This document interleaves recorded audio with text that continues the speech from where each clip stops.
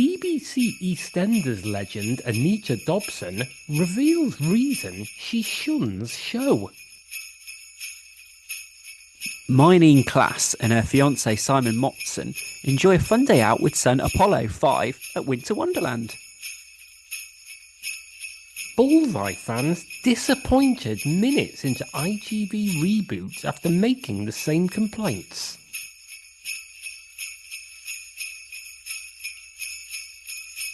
Hi, and welcome to Barely Contained, the celebrity journalism podcast promising to deliver more festive cheer than Squid Game Season 2. I'm Chris Beckett, and I'm joined, as ever, by Matt Withers. Matt, hello. Hello. Ho, ho, ho. Merry Christmas to you and your kin. And to you and yours. Wow, so we're giving the listeners, well, I'm not going to say what they wanted, but what they're getting. A Yeah. Christmas special. It is. It's the promised Christmas special. We were a little touch and go as to whether it would actually happen for one reason or another, but here we are, and we found I wouldn't say the best Christmas celebrity stories around, but they're the ones we found. Yes, I would say they're the kind of Christmas Christmas Eve petrol station. It is. It's very much somebody who has nipped down to the all-night garage to get the last bunch of flowers left and maybe a CD of now. That's what I call music. Oh, yeah, that's good. Is actually, I want that. Well, would you like me to kick off with a festive celebrity tale from one of our favorite national newspaper websites? Do I? Well, Do yes, you? yes, please do. Well, this is a story from the Daily Mirror online, and it's headlined BBC EastEnders legend Anita Dobson reveals reason she shuns show. Oh, this sounds like it could be quite tasty. Yeah, a very difficult one to say. Actually, it's very much a she sells type Mm, headline. But it's got the subhead: former EastEnders star Anita Dobson admits she no longer watches the EastEnders Christmas special, despite drawing 30 million viewers to Angie Watts' divorce storyline. fair. Well, I'd say that's a complete non sequitur, isn't it? I mean, why would she continue watching it just on the basis that, I don't know how many, well, it was 1986, so what's that? We're pushing for 40 years ago. I mean, I don't know. There's lots of places that I used to work for that I don't show any interest in any longer. Yeah, you telling me you don't read every single every single newspaper you've ever worked at No, I every day? don't. I mean, admittedly, a lot of them don't really exist anymore. Uh, But yeah, it seems like an odd thing to just assume that because she used to work for a TV show, that she should tune in until the day she dies. she needs to stay on those on Albert Square watch permanently. It remains one of the biggest TV moments of all time. The 1986 Christmas Day episode of EastEnders when Dirty Den served Angie Watts with divorce papers. I remember it. Do you though, Chris? Because you were six. Seven, maybe. Yeah, I think so. I think, I think we certainly had it on.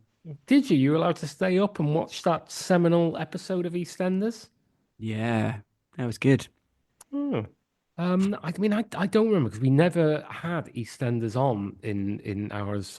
As much as we were a soap household, it was very much a Coronation Street um, one. So I don't think one of the biggest TV moments of all time. I mean, it's no Del Boy falling through the bar, is it? Oh, was that a Christmas one? No. No. But this is just one of the general biggest TV moments of all time. You're talking Armstrong on the moon, Yeah. Black Power salute at the Olympics, Del Boy through the bar. Double, yeah, in that order, probably. Yeah. More than 30 million viewers were glued to their festive screens, and a further 28 million watched the fallout in the Boxing Day episode the following day. But now, even its star Anita Dobson says she doesn't watch the EastEnders Christmas specials. What could have happened in the 38 years? Yeah, this is a very odd story, isn't it? Yeah. I don't really watch television very much at all, she admits. Okay, Angie, story ends. yeah, I mean, that's it. That's it. That's it. They could end it there. Yeah. The headline is BBC EastEnders legend Anita Dobson reveals reason she shouldn't show. Answer is she doesn't watch TV. But Yeah. hang on, I can see there is at least 8, 9, 10, 11, 12 paragraphs to go. Yeah, they've got to pad this out because there's a lot of adverts to get in there, including what looks like a video of the trailer for Nosferatu. So I don't know quite who they're trying to appeal to with this story. Oh, Angie's scenes were a culmination of a lengthy plot that saw her lie to her husband that she had a terminal illness. yeah. Were you aware of that being the build up to it? I can't. I mean, the bit in a minute I remember, but yes, I don't remember that being the build up. Then triumphantly served her with divorce papers, announcing, "This, my sweet, is a letter from my solicitor telling you that your husband has filed a petition for divorce. Merry Christmas, Ange." Oh, come on, Matt, you got to give it. It was this, my sweet, is a letter from my solicitor telling you that your husband has filed a petition for divorce. Merry Christmas, Edge. Oh dear, oh dear. That was it. Oh, that was good. That was pretty good. That was pretty good. Thanks. This, my sweet, is a letter from my solicitor telling you that your husband has filed a petition for divorce. It also tells you to get yourself a solicitor pretty damn quick. Happy Christmas, Anne.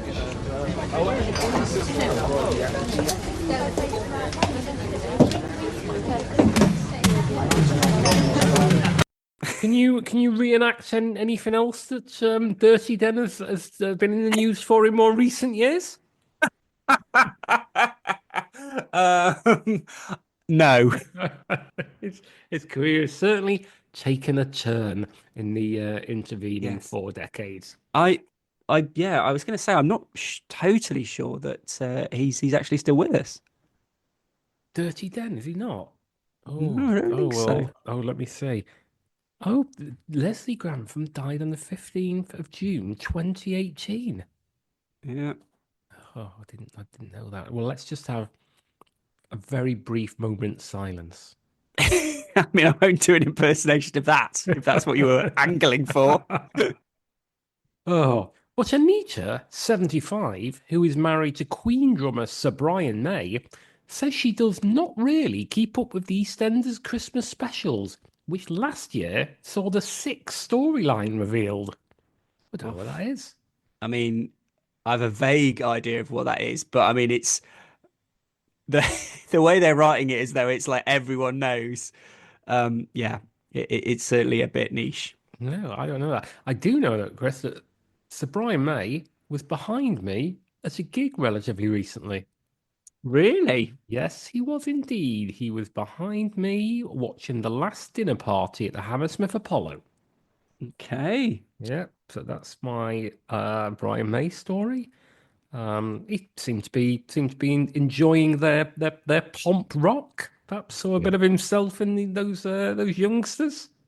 Oh, good on him, keeping things fresh. Yeah. I don't really watch television very much at all, says Anita. I watch things like a series because then you can get your teeth into it and you can watch it when you want to rather than having to keep playing catch up. Very true. Very true.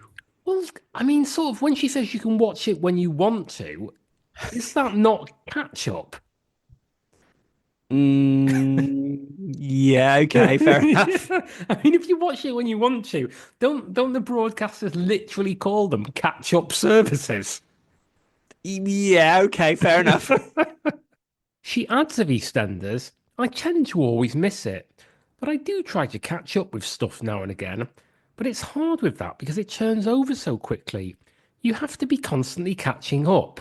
So no, I have watched bits and pieces. I mean, this is all over the place, isn't it? Yeah. However, Anita is thrilled that the BBC has now included all the previous Christmas specials of the soap opera on iPlayer, including the iconic 1986 scenes. People would be saying to each other, "Darling, is that woman still here?" Giggles Anita. Hmm. We were always taught at journalism school that it should never be anything except says or said, Yeah. and not giggles. Giggles. She also laughed while speaking at the TRIC Christmas lunch that Brian's bandmate, the late Freddie Mercury, would affectionately call her by her EastEnders characters' names, chuckling. Sometimes he'd go, "Oi, Ange." Oh, what a japester. He really was. I don't even realize what a comedian Mercury was on the sly. I'm surprised he didn't. That wasn't part of his Wembley. Oh, oh, Ange. Oh God, yeah. What a missed trick. Anita starred earlier this year in Channel 4 comedy horror Generation Z, but admits she was quite shocked at the gore in the series when it aired. I did find it quite scary watching it back, as some of the scenes I wasn't involved in, I hadn't obviously seen when they were shot, and they were gory, she said. Mm. I'm not aware of this show. Yeah, it was like a zombie thing, but the kind of shtick was that the zombies are all kind of pensioners. However, she enjoyed letting loose as a zombie style character. "I really got into it," she adds. "It sort of brings out all the angst, you know. You could just let rip. You could think about the things that make you angry, the way the world's going." I bet that when she was being that gory zombie monster, she was thinking about the means testing of the winter fuel allowance. She's thinking, "I'm going to get that Rachel Reeves." Anita previously told the Mirror that she and husband Brian would be spending the festive period in Lapland together as Brian recovers after suffering a minor stroke. Oh, Get well soon, Brian. yeah. Wish you well, Brian. She added of his recovery, "He's much better now. He's stabilised now, which is brilliant. I just hope we don't have any more recurrences." Well, Oh, amen to that. yes, exactly. This year's EastEnders Christmas special is set to see an explosive reveal of an affair between Cindy Beale (brackets Michelle Collins) and Junior Knight (brackets Mika Balfour). Cindy Beale, I feel like she's been in it for since the days of the Cold War. She's left, she's come back. Yeah, They all do. They all they go and do. seek the Hollywood dollar, but then come back to E20. Yeah, exactly. Keep it real.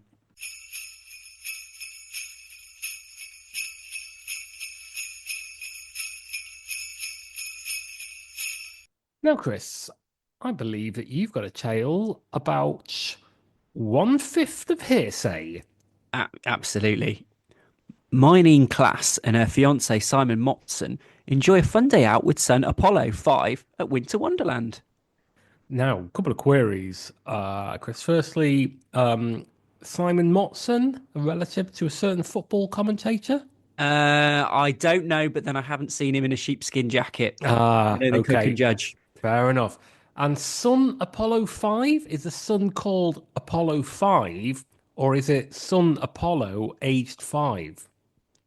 I would say the latter. Okay, well, you don't know with these celebrities, do you? They like their wacky names. They do, they do. Okay, so this is for the Mail Online, and it goes: Myleene Klass enjoyed a fun day out with her fiance Simon Motson and their son Apollo at Winter Wonderland on Monday. See why this is in a national newspaper. Absolutely. The singer, 46, who also shares daughters Ava, 17, and Hero, 13, with former husband Graham Quinn, couldn't wipe the smile off her face with Simon, 49. Oh, a lot of ages in that sentence. There's a lot of ages, and also I think we've said before the whole kind of shares children things is a little bit odd, but it seems to become a trope of these sort of stories now. Yeah. During their festive day, Myleene and Simon got straight involved and went on the roller coasters and won Apollo a huge white teddy bear. Yeah, this journalist is 8 years old. Myleene looked incredibly stylish in a white padded coat and matching fur bobble hat, teamed with a cosy Burberry scarf. The hearsay star looked more than loved up throughout the day with Simon, who cut a trendy figure in a beige jacket. Yeah, they're all saying at the moment, if you want to be trendy, it's a beige jacket. Yeah, sort of removal man vibes. More than loved up. Yeah.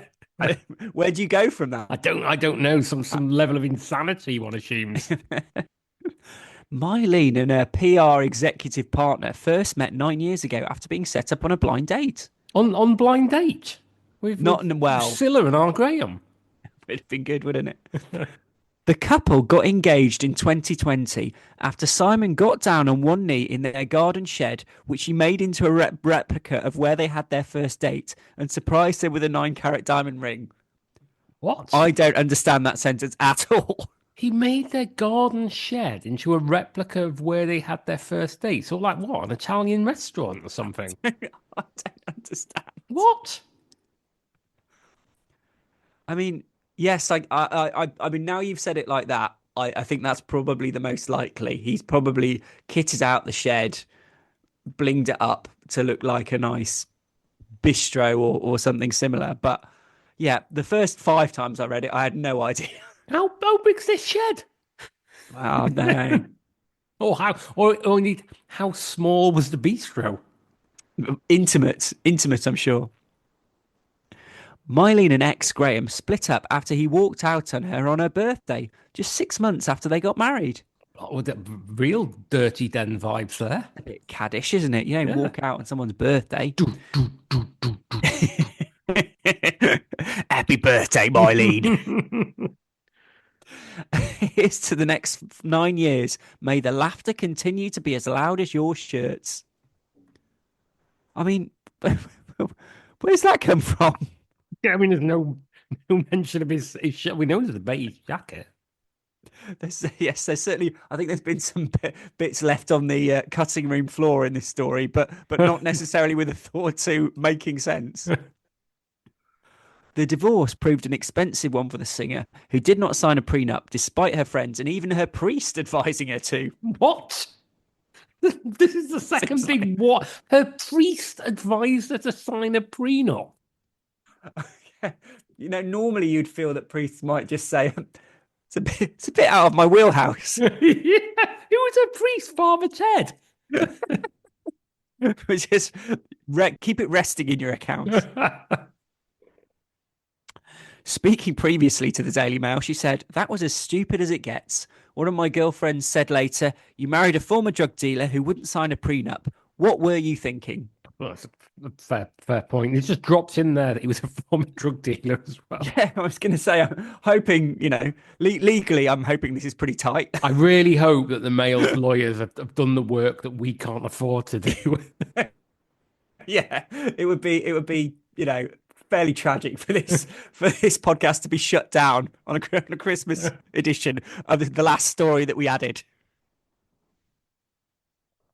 The mother of 3 found the split to be a devastating experience and vowed never to get married again, but is set down the wall. So it's set to walk down the aisle with her current partner. So it's all to getting turned round, isn't it? Myleene has put her troubled first marriage behind her and recently revealed the reality of living with a blended family. Simon also has a son, 17, and a daughter, 13, from his previous relationship. Oh my God, this story needs to have one of those like family trees, like from a George R.R. Martin novel at the start, doesn't it? Yeah. Previously opening up about their family life, Myleene took to Instagram with a sweet post.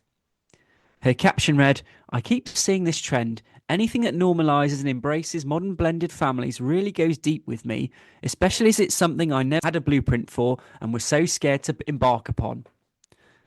My girls and I have been a solid unit, the Klass girls since forever. Anyone who knows me will tell you that the sun rises and sets with my daughters. They are my everything." She continued, "When Sim walked into our lives with his backgammon board, he brought so much kindness, love and fun. He stepped in and stepped up, and now 8 years down the line, we have our baby boy." His backgammon board? What? Yeah. Yeah, There's just a wa- there's a walked lot into of their lives with a assumption. backgammon board. There's a lot of assumption here that you just know that this guy plays backgammon. And Uh, perhaps he took that on the first date. Perhaps he turned up at this bistro, whacked down his backgammon board, and she thought, "Yep, that's the I one for mean, me." God, I mean, I'm a chess player, as you know, Matt, and even I wouldn't risk that. No, not. And I would say chess is a considerably better known game than backgammon. Yeah, I mean that's a big old move, isn't it? To just turn up at that date, say you want me, you're gonna have to embrace backgammon. Yeah. Take me on. Who could have ever imagined it doesn't matter where you've come from, only that you show up for each other? The presenter continued by gushing over her beloved partner. He never misses anything, be it school plays, trips, discos, concerts, parents' evening, sports day, or just helping out with art homework that develops into an installation. Michelin starred dinners, doctor's appointments, learning their songs, picking them up from their friends at all hours, teaching them to wakeboard, artisan lunchboxes, endless cups of tea through exam period, negotiating bedtimes, drying away the tears, lifting with the laughter. I mean, I mean, she's just, she just don't want to boast, but she wants you to know that she goes to Michelin star dinners. I was gonna say one of these things does not sound like conceivably a chore. It's in between art homework and doctor's appointments. Michelin star dinners. He never misses out on the Michelin star dinners. And also in there, artisan lunch boxes. Yes. Which I don't know. Does that mean they're made out of wood? I don't know if they've been whittled. I have no idea. God, it makes me think of that Monty Python sketch with I think it's I think it's Graham Chapman, and yes, pretending basically is sort of the spin is like he's a playwright, but with the kind of soul of a miner, and he cuts talking about you've never had so many gala lunches as me. Yeah, yes, very much so. Every day, mayhem, madness, family life, showing them what love looks like in a relationship, never giving up, being the embarrassing dad who happens to cheer the loudest for them. No family, regardless, is perfect, and easy for me to say, blended families really do experience the whole gambit of emotions, trials, experiences, and challenges. But at the heart of it is love, respect, and the hope and wish to simply be together, to belong. Jigsaw, patchwork, step, blended, mixed. Everyone has their label. We are just family. She finished. I think what she's trying to say is that it's pure and simple.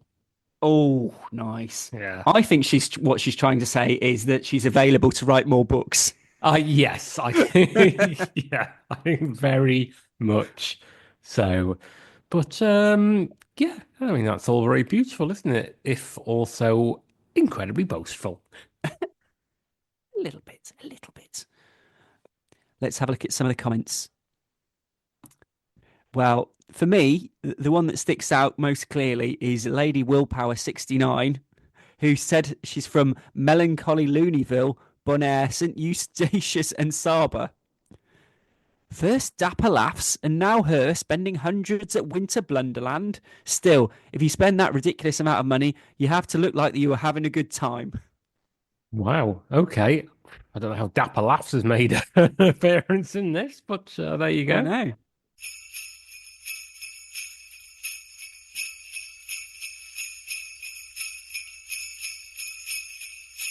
So, Matt, what have you got to close us out on this festive extravaganza?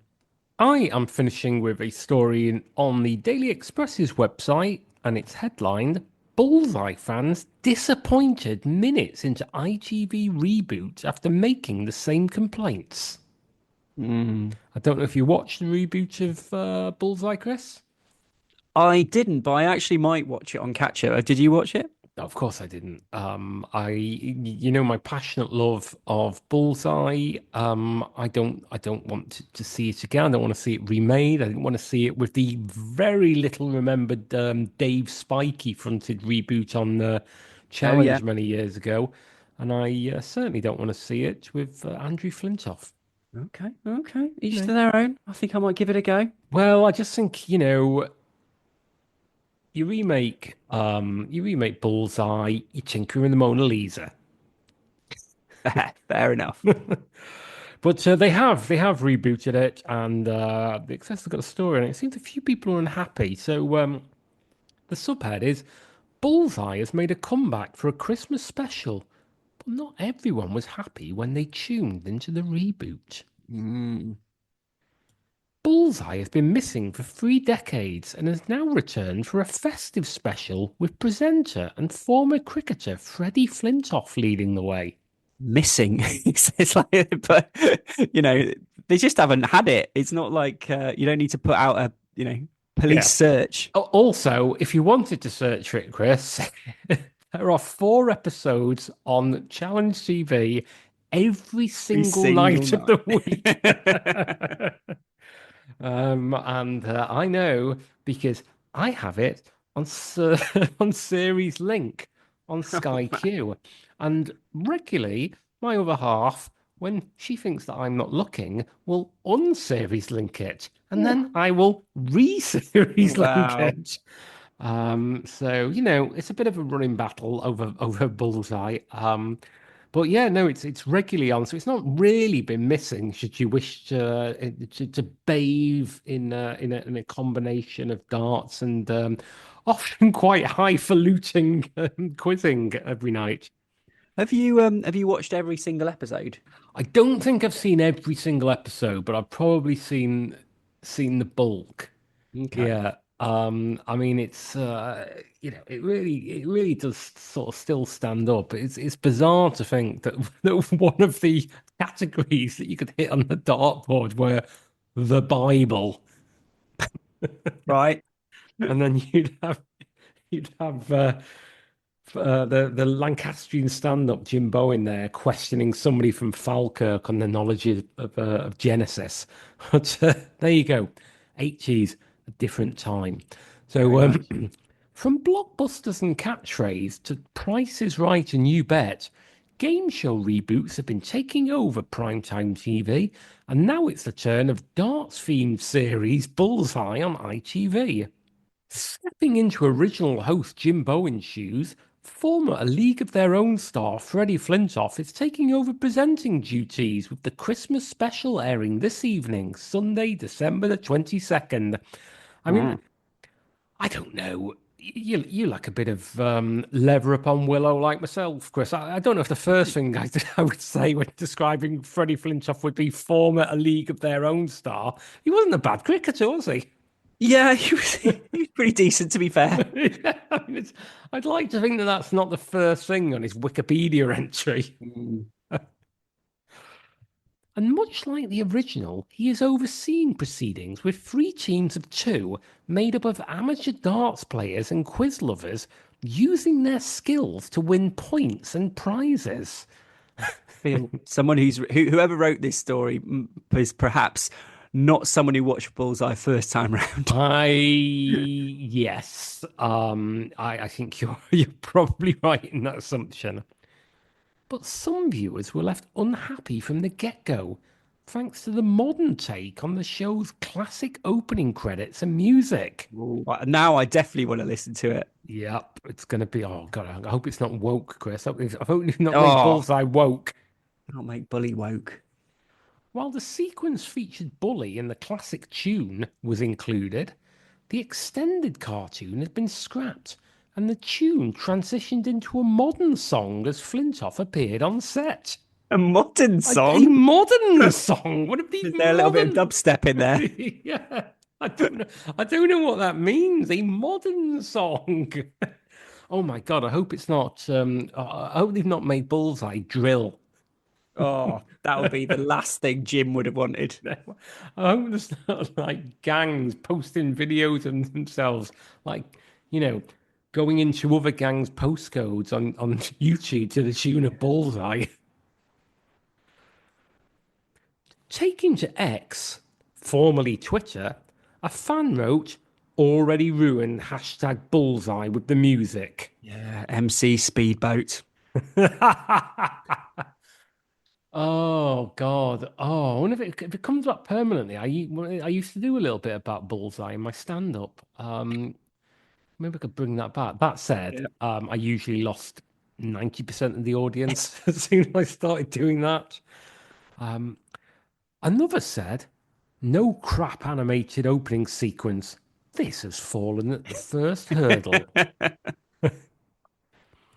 1 minute into the Bullseye reboot and already disappointed that the opening credits didn't have the cow driving the bus, agreed a third. I mean, now you say you didn't watch it, but that's the sort of comment I could have imagined you tweeting. Yeah, I'm not on X anymore, Chris, for understandable political reasons. But yeah, I think I could have taken umbrage with. God, I'm gonna have to watch this, aren't I, to see what they've done. Why isn't the cow driving the bus?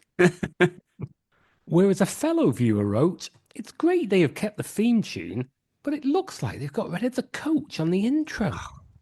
No. Not everyone was displeased with the show's return, with many happy to see the classic game show back on their screens. This show is literally just so nostalgic, a fan commented, with another stating, "It's great to have Bullseye back on my TV screen. At least ITV kept the theme tune. Hashtag Bullseye, someone said." Okay, so they've made it modern, but still recognizable. I love just that someone said. Yeah. When we were doing journalism, I just think if we just had a quote followed by someone said, the news desk would have gone, I feel this is lacking something here. Another user joked, Freddie Flintoff's jokes are just as bad as Jim Bowen's, and I'm here for it. Also taken to X, good grief, also taken to X, a fan remarked, "You bet and Bullseye back in the same months? Just need Noel's house party back to really get the full-on nostalgic feels." So there you go. We finished the Christmas special and mentioned Noel's house party, which pleases me. Yeah. So, do you think they'll bring Noel's house party back? I think Noel's become quite a divisive figure of late. Yeah. Yeah, I think it would be a much different show now. Yeah. Well, I remember there was that story years back where he was forming a consortium to buy the BBC, and that never happened, did it? And then didn't he launch a radio station for cats? Or did I Yeah. dream that? I don't know. Did I may have dreamt that. There's been a few things. There's been a few things in the recent life of Noel Edmonds. Wow. Well, that is the end of our Christmas special, Chris, and we've managed to get through it without mentioning the Vicar of Dibley once. Oh, yeah. Well, quality speaks for itself. Absolutely. We'll do a quick version of our spiel because we'll be back very, very soon. As our next episode will be January 2025. How are we still doing this podcast in 2025? I do not know. Why are we still doing this podcast in 2025? Is another question, but that's maybe more on the money. But do you want to quickly remind people how they can engage with the brand as we go into the new year? Yeah, sure. So Facebook, Barely Contain the Podcast, has lots of previous content, bloopers, all kinds of good stuff. If you are still on X, you can go at barely_pod. I believe we're on YouTube now, Matt, and you can tell us about that and any other formats. Yes, we are. We are on YouTube, as you say. Oh, we are also on Blue Sky now. We've not been very active on there, but we are on Blue Sky if you want to follow us on there. But yes, in terms of the podcast, you can find us on any podcatcher of your choice, be that Spotify or Apple or Amazon or whatever floats your boat. We're also on YouTube. You can find all our podcast going back right to the start there in a video format. So please, whatever way you choose to listen, do please subscribe and leave a review. That would be very kind of you at this giving time of the year. So it just leaves me to wish a very, very Merry Christmas to Chris Beckett and all his loved ones, and of course you, the listener. Yeah, thank you, Matt, and to you and yours as well. And yeah, have a very Merry Christmas, everyone. Yep, and we will be back in the new year. Yeah, Bye bye. see you soon. Bye.